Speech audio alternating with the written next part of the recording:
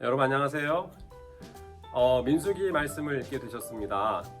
레위기에서 발견하였던 하나님께서 우리를 사랑하시고 우리를 택하셔서 자녀 삼아 주시고 특별히 거룩한 백성으로 인도해 주신다는 그 언약을 우리가 확인했죠.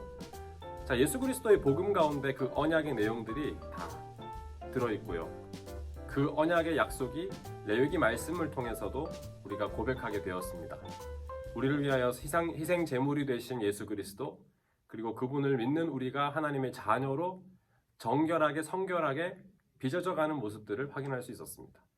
자, 이제 하나님의 백성들이 그 언약을 붙잡고 실제적으로 삶의 자리에서 하나님을 경험하는 삶을 살아가게 됩니다. 여러분, 민수기는 백성이 수라는 뜻이 들어있지만 그러나 원어 성경에는 미드바르라는 단어로 되어 있습니다. 이 히브리어 미드바르는 광야에서란 뜻인데 이 드바르의 어원인 다바르는 말씀이란 뜻입니다. 결국 광야에서 하나님의 말씀을 들을 수 있다는 것인데요. 가만히 생각해보면 코로나19의 상황 속에서 우리는 오히려 삶의 자리에서 하나님의 음성을 더 또렷이 듣습니다. 광야를 만나게 되니 오히려 우리의 삶의 자리에서 온라인으로 이렇게 성경 통독을 할 수 있습니다. 광야에서 우리가 만나는 문제들은 오히려 하나님이 정말 위대하시고 우리를 사랑하시는 아버지시며 우리의 인생을 주관하시는 전능한 하나님이란 사실을 경험하는 사건이 됩니다. 이것이 바로 민수기의 고백이에요. 민수기를 읽으실 때 이스라엘 백성들이 10차례 이상 계속적으로 불평하고 원망하고 또 배반하고 갈등하는 모습들, 적나라한 인간의 모습을 볼 수 있지만 그 상황 속에서 하나님께서 얼마나 신실하게 끊임없이 회복하시며 구원하시며 다시금 힘을 주셔서 회복하셔서 연단하신 다음엔 더 정금과 같이 그 목적을 향해 나가게 하시는지를 발견할 수가 있습니다. 자, 이 민수기의 말씀, 이스라엘 백성들이 출애굽을 한 다음에 약 2개월 만에 시내산에 도착합니다.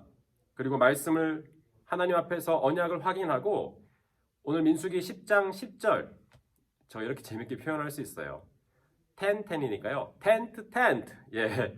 텐트를 다 이제 접는 거예요. 구름이 떠오르고 10장 11절에 보면 출애굽한 지 2년 2개월 20일이 되었을 때 자, 이제 하나님께서 허락하신 그 약속의 땅을 향해 전진하게 됩니다.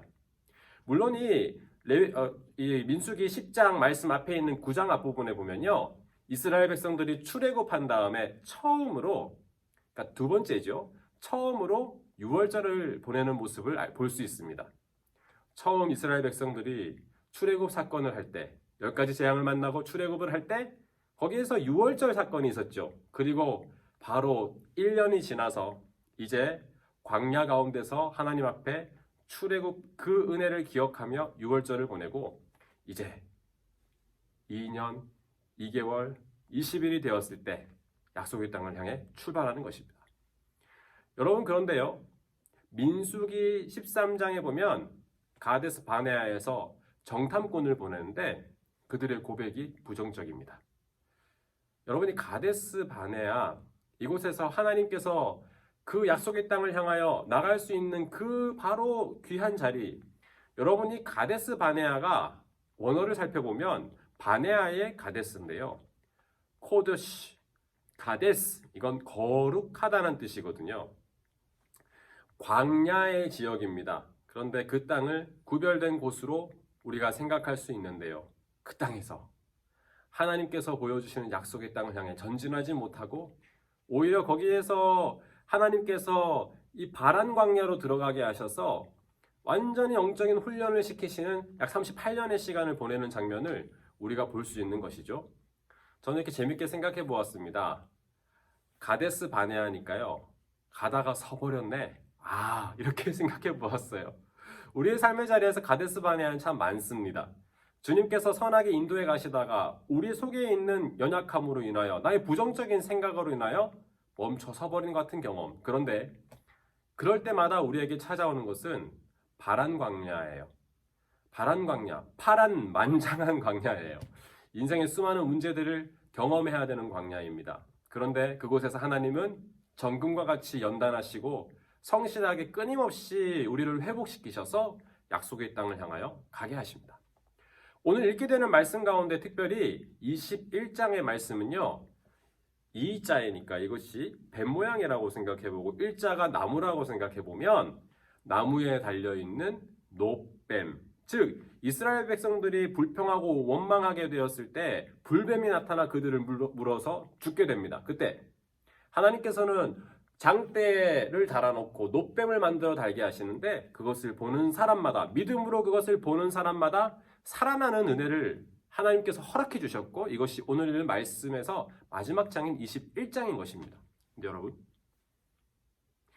예수님께서 요한복음 3장 말씀에 니고데모가 찾아와서 하나님의 그 은혜를 듣게 되는 자리에서 뭐라고 말씀하십니까? 인자가 들릴 것이라고 합니다.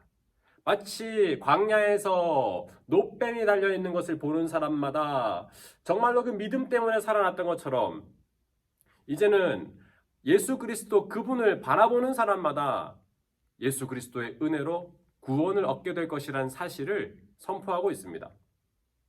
하나님께서 세상을 이처럼 사랑하셔서 독생자를 주셨다.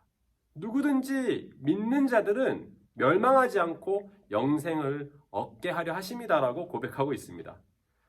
사랑하는 여러분, 오늘 우리는 말씀을 읽으면서 이것을 고백할 수 있어요.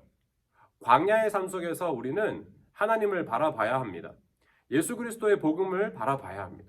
예수 그리스도의 십자가를 바라보게 되면 광야의 삶 속에서 더 선명하게 또렷하게 하나님의 은혜를 경험할 수가 있습니다. 광야는요, 볼 것이 없어요.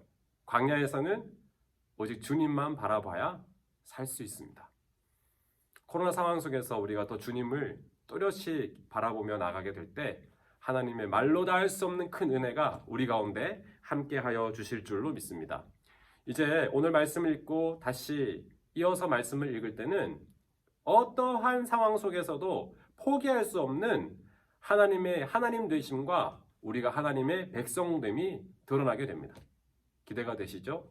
네, 계속 말씀을 읽어가도록 하겠습니다. 오늘 민수기 1장부터 21장까지 말씀을 읽는 가운데 이스라엘 백성들의 그 순종하지 못하는 모습, 불평하는 모습 속에서 하나님 계속 연단하고 훈련하시고 또 하나 그 이스라엘 백성들이 다시 하나님의 은혜 가운데 회복되어 가는 과정을 보게 될 때 우리가 주님의 놀라운 은혜들을 말씀 속에서 공급받을 수 있을 줄로 믿습니다. 우리는 하나님의 자녀요. 이 광야에서 주의 음성, 주의 말씀을 듣는 하나님의 사람들입니다. 넘어지셨습니까? 연약해지셨습니까?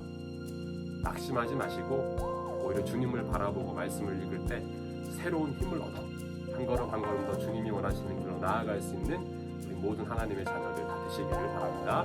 여러분 축복합니다.